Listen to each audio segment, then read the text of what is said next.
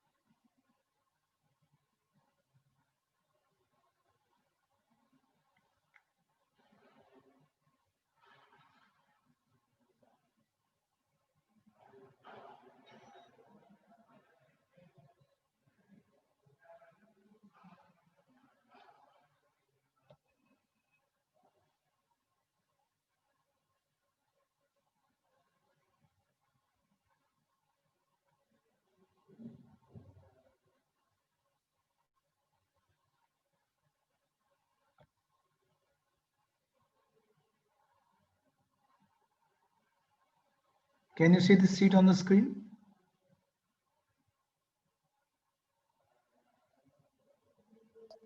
Yes, sir. Right.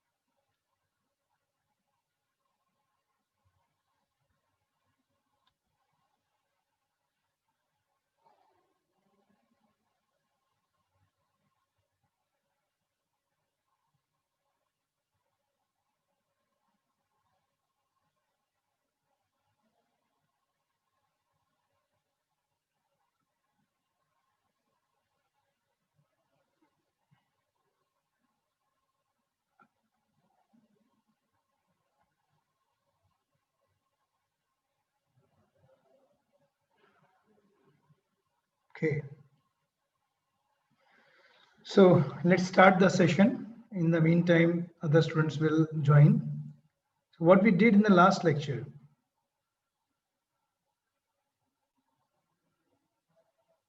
did we end up our discussion on the story of stuff? Please respond quickly.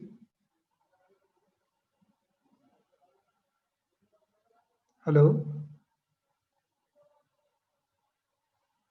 Yes, sir. Okay. So today we will be starting our discussion on the topics that we have to finish before the end term exam.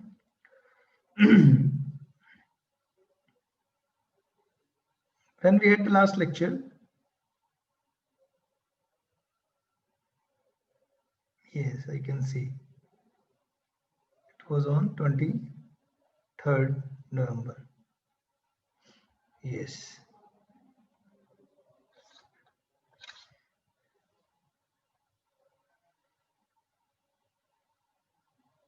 Right.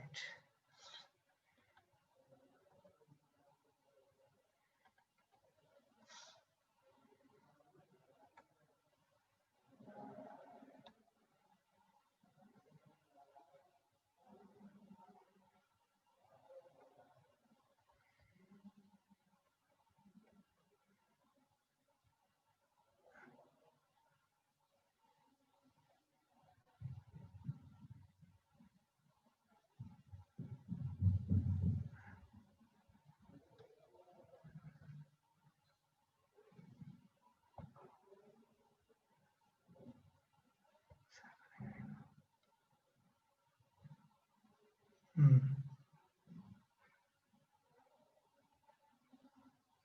Yes, just give me 1 minute.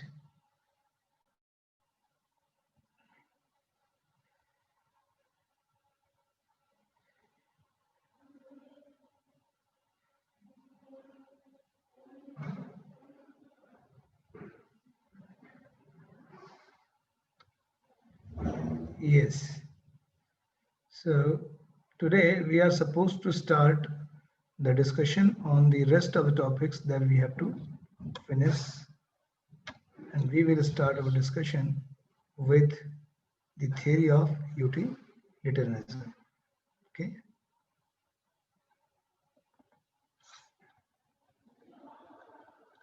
Yes.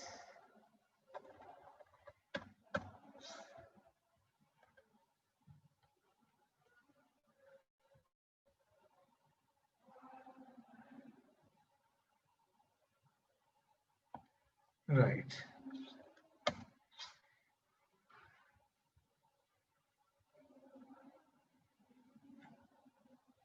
Okay. Can you see the screen?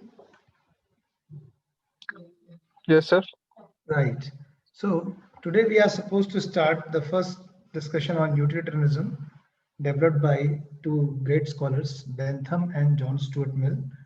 As you know, we have been already analyzed the two case studies, okay, trolley problem and the case of cannibalism. And in that case analysis, we also use this, theory, utilitarianism. So Bentham was the first scholar who propounded utilitarianism. He wrote this book, namely Utilitarianism.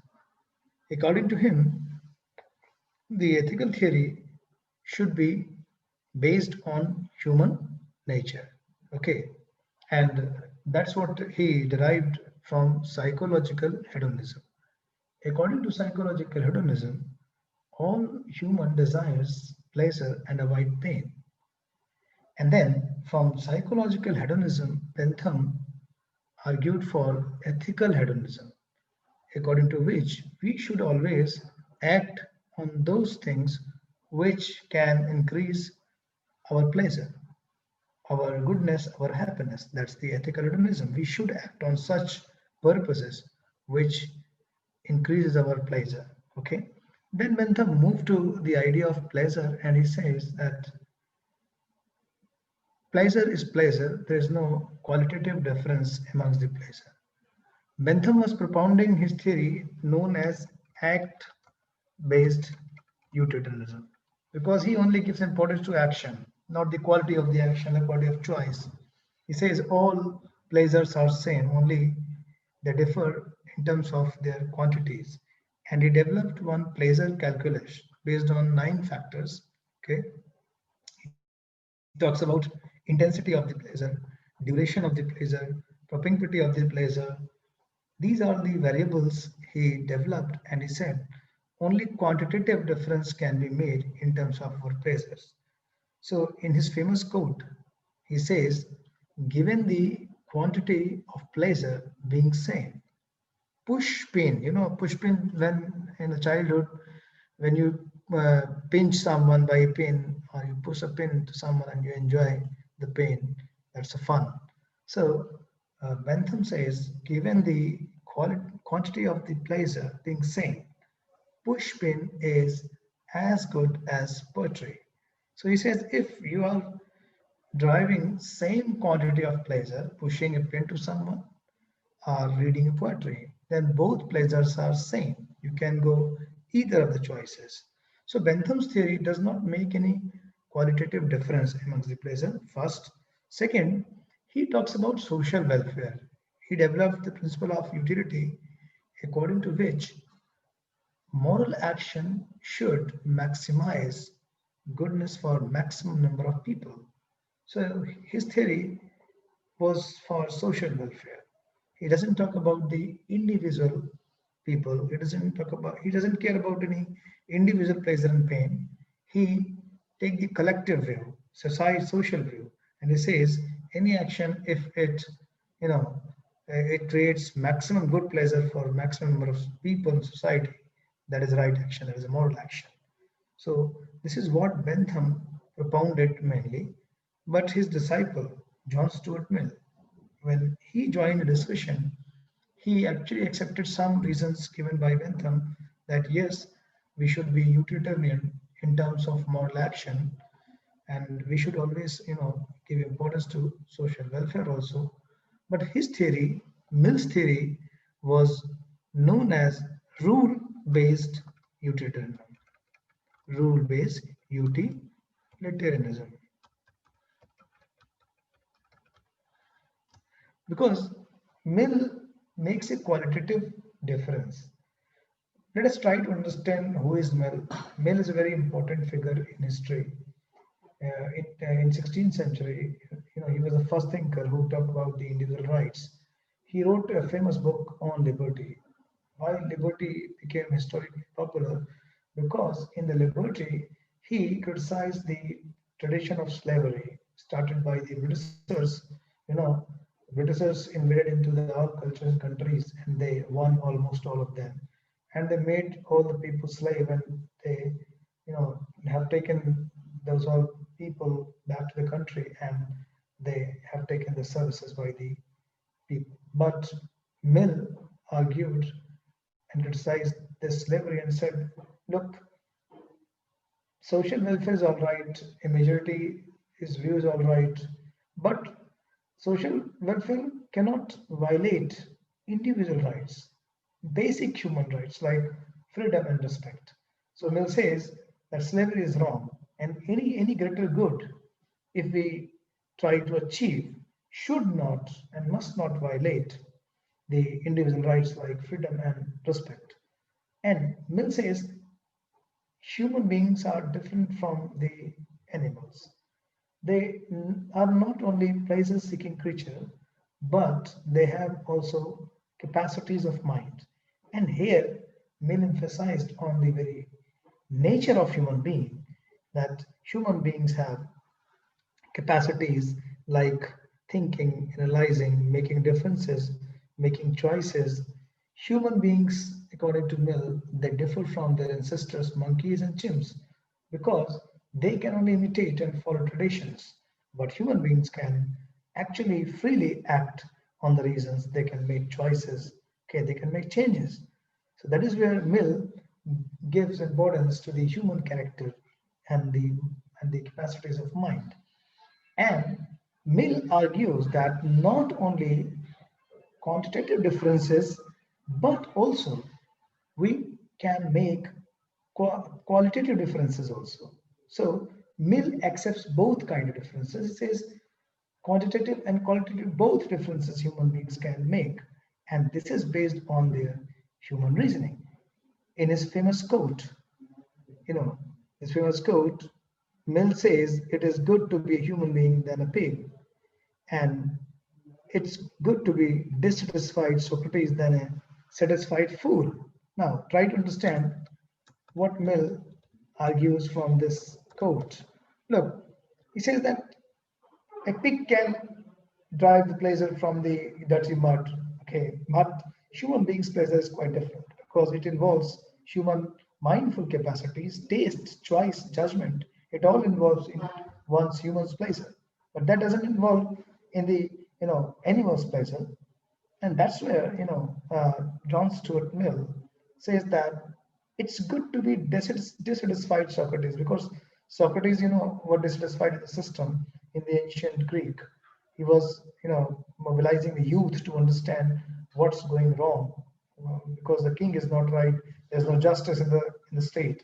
So Socrates was given poison in prison because he was struggling, striving for a good system, a good state. So he was dissatisfied. That's why Mill quotes Socrates and says, look, dissatisfied Socrates is better than a satisfied fool. Satisfied fool means someone who doesn't do anything right, doesn't fight against the wrong, makes corruption, earn the money, and he satisfies his desires only, pleasure only. So he says that he's the fool because he cannot make contribution to the moral action. And that's why Mill says that it's not only quantity but quality of the pleasure also matters. And now these points we can understand in contemporary reasons, like if you are playing 2 hours, longer hours PUBG on mobile instead of 2 hours sports, then you can have good reason. Playing PUBG longer hours can, affect your psyche, mind, mental, you know, health. Again, you can develop some neural spinal problems. But playing sports, you can fit yourself, you can be healthy, you can make your good mental state. Likewise, this take example of alcoholism and drug addiction. When people enjoy pleasure in alcoholism and drug addiction, but it harms their body, injures their body. Instead of consuming drugs and alcohol, we can consume medicinal drinks which are going to help our health. In the time of corona, you must have observed there are many medicinal drink quads developed by the Ayurvedas that we can take and we can develop our human body and make ourselves fit. So we all have all the time good reasons to make a choice and differentiate between a lower order pleasure from that of the higher order pleasure. And that's what Mill says. We can have higher order pleasures. It's not that we have only the lower order pleasures. We can also have the higher order pleasure. That's important, contribution to Mill. Mill contributes to the individual rights because he says maximum good for maximum number of people is all right to theory, but we should not accept it if it violates fundamental human rights of an individual like freedom and respect. Again, he makes contribution by accepting both kind of differences like quantitative difference and the qualitative difference in our choice. His contribution can be traced in terms of he emphasized on the very human mindful capacities, and then again his contribution can be can be acknowledged for the abolition of the slavery in the West. That's where Mill's writing actually influenced, mobilized the youth, and then we will see in how libertarianism is another theory which is based on the liberty, developed after reading the Mill's book and Mill's writings. Okay, so this is what we understood by the utilitarianism developed by two scholars, Bentham and Mill. So let's go to watch a video. That's also very interesting video. Let me find out that for you, and then we will have some discussion. Did you get the points on utilitarianism clear? Please let me know. Hello? Hello? Yes, sir. Right.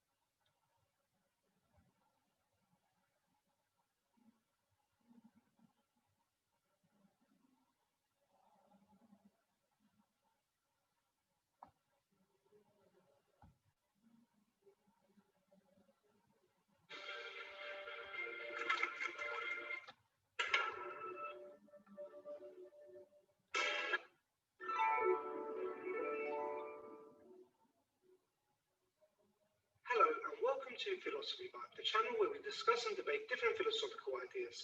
Today we're going to be looking at some normative ethics and looking at a very popular theory called utilitarianism. Now, utilitarianism is a moral theory first put forward by Jeremy Bentham. Did you get the link? In short, the underlying principle of utilitarianism is that an action is right. Yes, sir. Right. Yes, sir. Let me show you this video. Number. Right, I see. Whatever action benefits the most people is the right action. Yes, exactly. Can you see the Jeremy YouTube? Bentham saw human behavior as hidden. Yes, sir. Right. Yes, sir.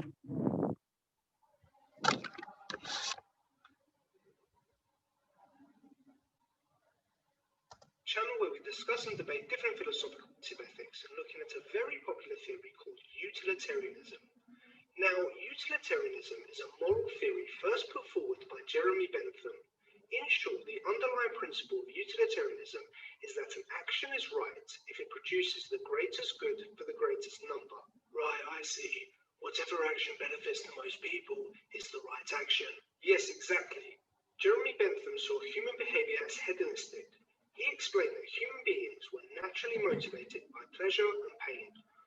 All rational beings like to pursue that we find pleasurable and avoid that which causes pain. So the rightness and wrongness of an action is down to how much pain and pleasure the action causes and to how many people it causes it to.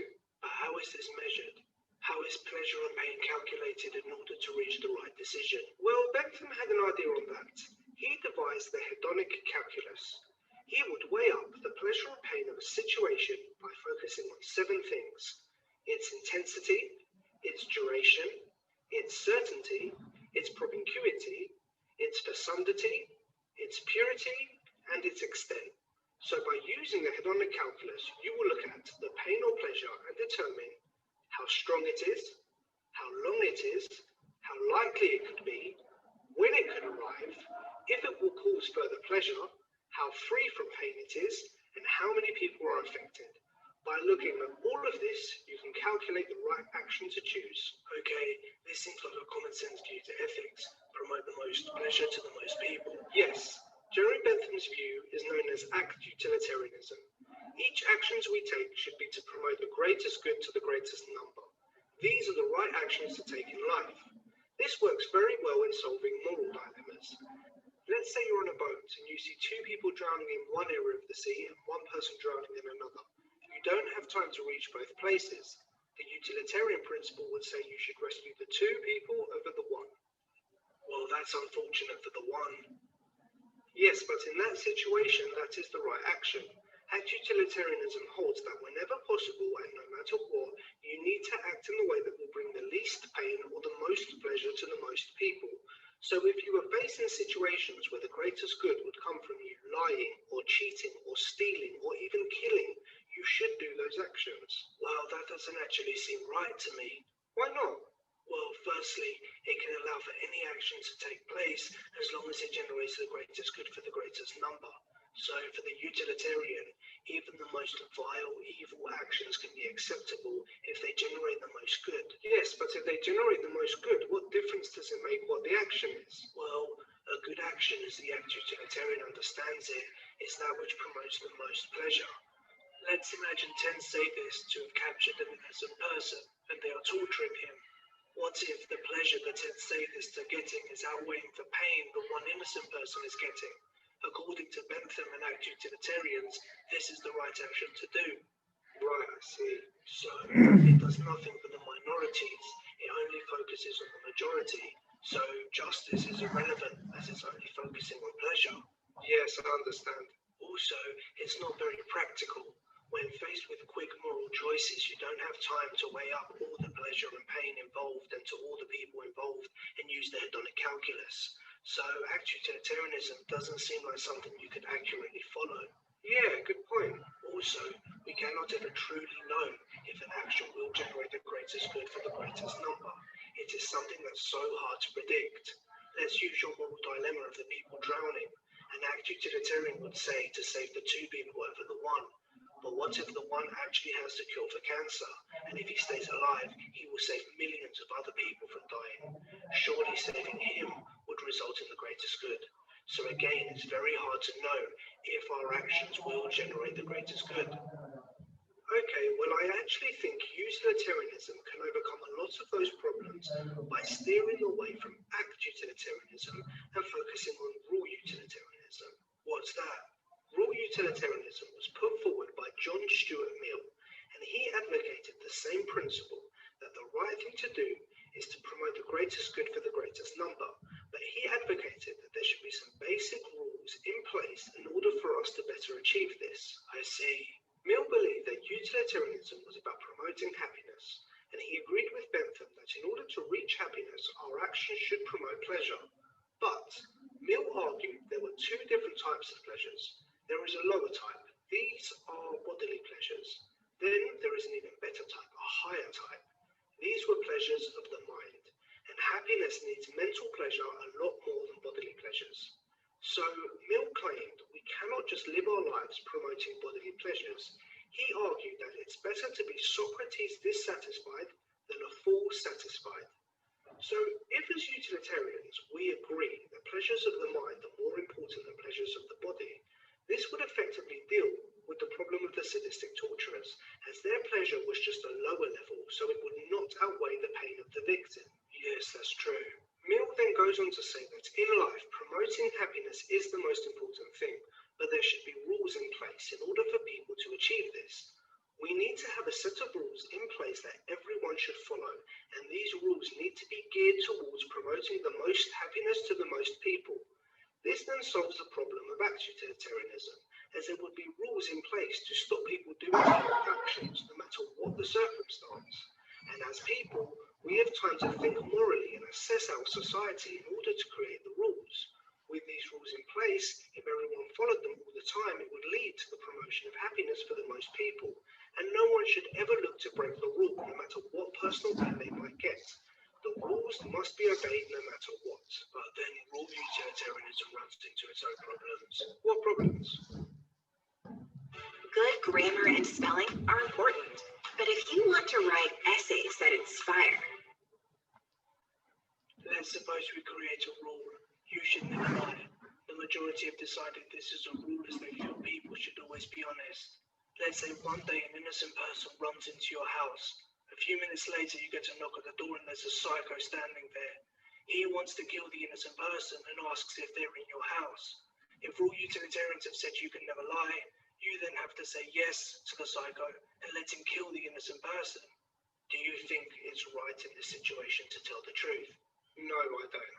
Well then, rule utilitarianism can't work all the time. Well, why don't we take a soft rule utilitarian approach and we say that we generally keep to the rules but break them when it's necessary? But that is basically act utilitarianism, as you are judging by each actions. And although a rule may be in place, you can break it when you think it's the right action. Yeah, I suppose. So I don't think that can work. Okay, I think utilitarianism may be able to work if we took a preference utilitarian approach. What's that? Preference utilitarianism claims we should not be concerned with trying to maximize pleasure as act utilitarianism and rule utilitarianism did. Instead, utilitarianism should take into account the preference of all individuals. We look at what's in people's best interests, and our moral actions should be based on maximizing the chance that everyone's preferences are satisfied. Yes, but this is still too difficult to calculate in all moral situations. To be able to assess everyone involved and know for sure what's in their interest and then act according to it seems very difficult, especially in situations that may need you to think quickly. Also, how are you measuring what's in someone's interests or what's in someone's preference? Because usually people's preferences are based on pleasure and pain, and then you run into the same issues as act and rule utilitarianism. Okay then, well that's all the time we have for now. Thank you for watching. We hope you enjoyed the vibe. As always, please leave your thoughts and comments on utilitarianism below. If we get some good debates going, we'll happily... Hello. Am I audible to everyone? Yes, sir. Was it interesting to understand?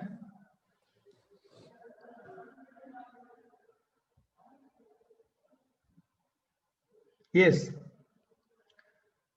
Okay, now we have a very small question since you have watched through the discussion and we discussed also. Yes. The important question is that how do you find the value of Bentham's and Mill's views for your lifestyle and to whom you consider better? How do you find these views are valuable for your lifestyle and to whom you consider better in Bentham and Mill? Please express your views. It's just for discussion. Yes.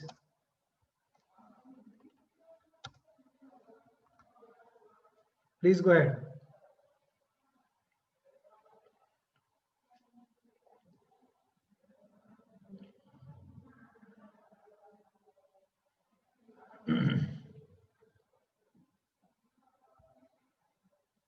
Asta Gupta, section 0 number 1. Can you hear me? Hello.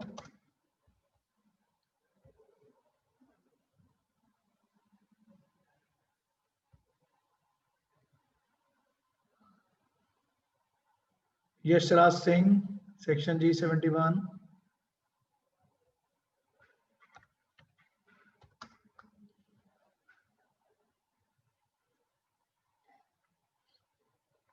Anybody can reflect on this point.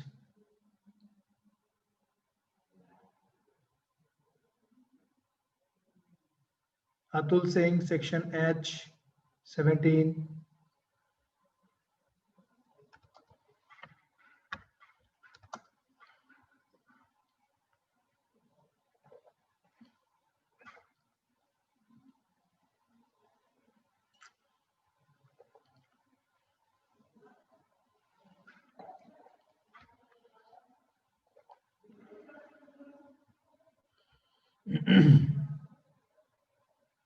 Ayushi Mathum, section H, number 19. Ayushi, can you hear me? Yes, sir. Express your views on this points.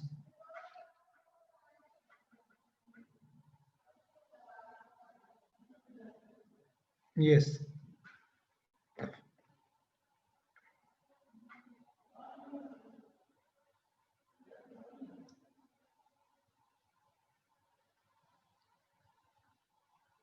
Please express your views.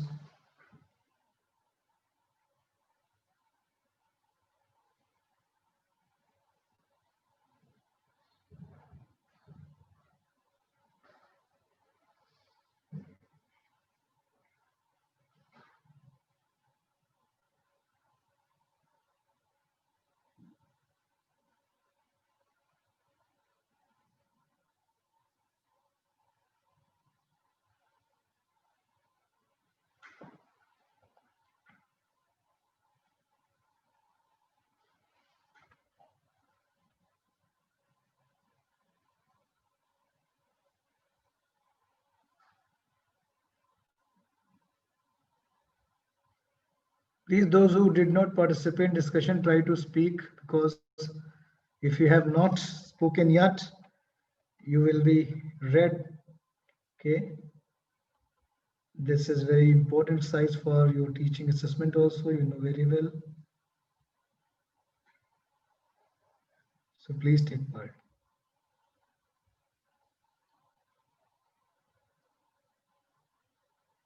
Tanya Mittal, section H63.